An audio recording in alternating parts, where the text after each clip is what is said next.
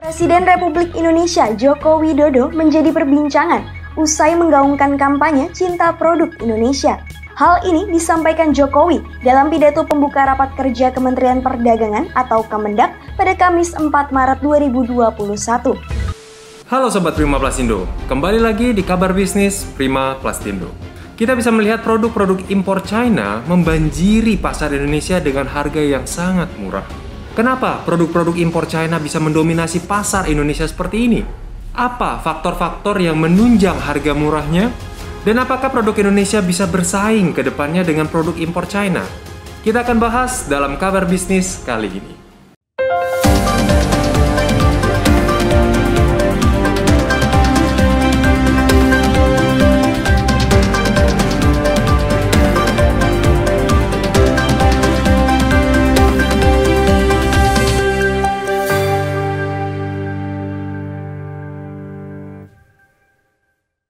Sebelum mulai, jangan lupa untuk subscribe channel ini agar Anda selalu update berita terhangat dan informasi terkini seputar bisnis dan industri plastik. Produk impor China cukup mendominasi di perdagangan Indonesia. Karena kalau kita lihat di e-commerce dan juga di marketplace, kebanyakan diisi dengan produk-produk yang made in China.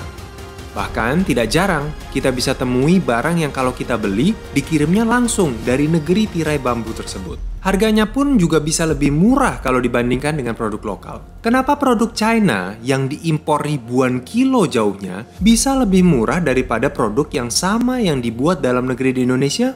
Menurut berbagai sumber, ada beberapa faktor yang melatar belakangi hal ini. Yang pertama adalah karena barang yang diimpor dari China tidak dipungut bea masuk. Dan yang kedua adalah karena ongkir dari China ke Indonesia bisa dibilang tergolong cukup murah. Kenapa bisa murah?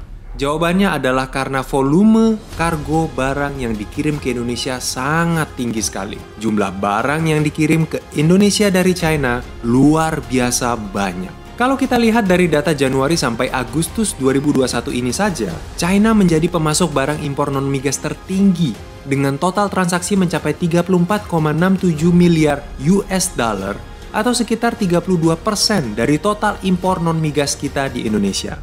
Angka yang besar sekali, makanya tidak heran ongkos pengirimannya bisa sangat ditekan.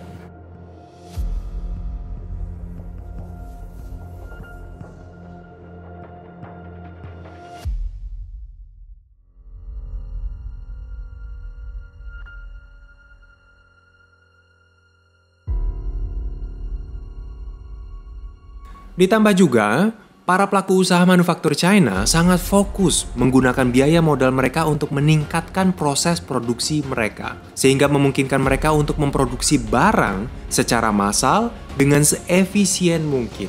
Sehingga harga dasarnya juga sangat murah. Dari faktor-faktor tersebut tidak heran kalau sampai di Indonesia pun harga produk China masih sangat-sangat murah. Produk made in Indonesia pun kalah murahnya.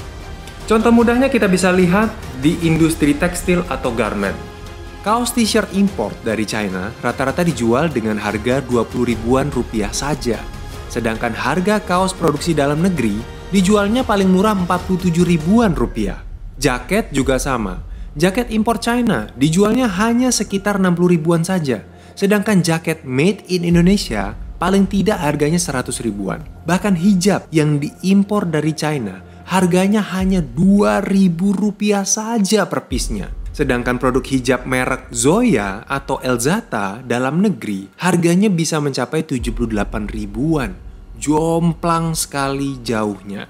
Makanya, Direktur Tekstil, Kulit, dan Alas Kaki Kementerian Perindustrian, Elis Masito, menyatakan bahwa pemerintah akan memberlakukan tarif safeguard untuk menaikkan harga produk impor China, sehingga produk dalam negeri masih mampu bersaing dari segi harga.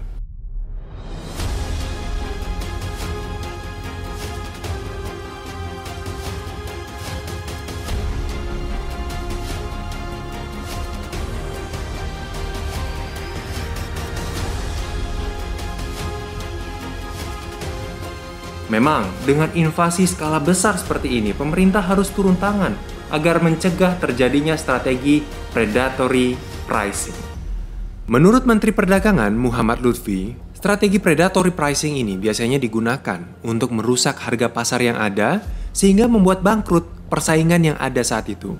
Dan baru setelah itu harga pasar dinaikkan sesuai keinginan pelakunya. Itu yang disebut dengan predatory pricing, membuat suatu harga yang menyebabkan perdagangan itu tidak pada level equal playing field. Oleh karena itu, sambung Lutfi, Kemendak harus menjadi wasit dan regulatornya supaya kegiatan perdagangan di Indonesia ini bisa tetap berjalan adil dan menguntungkan untuk semua.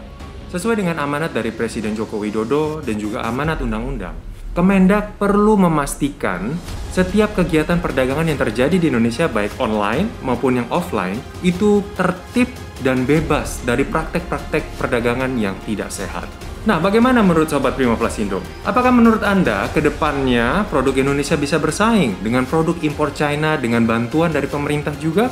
Tinggalkan pendapat Anda di kolom komentar di bawah dan jangan lupa subscribe channel ini agar Anda selalu update berita terbaru dan informasi terkini seputar bisnis dan industri plastik. Sampai ketemu di kabar bisnis berikutnya.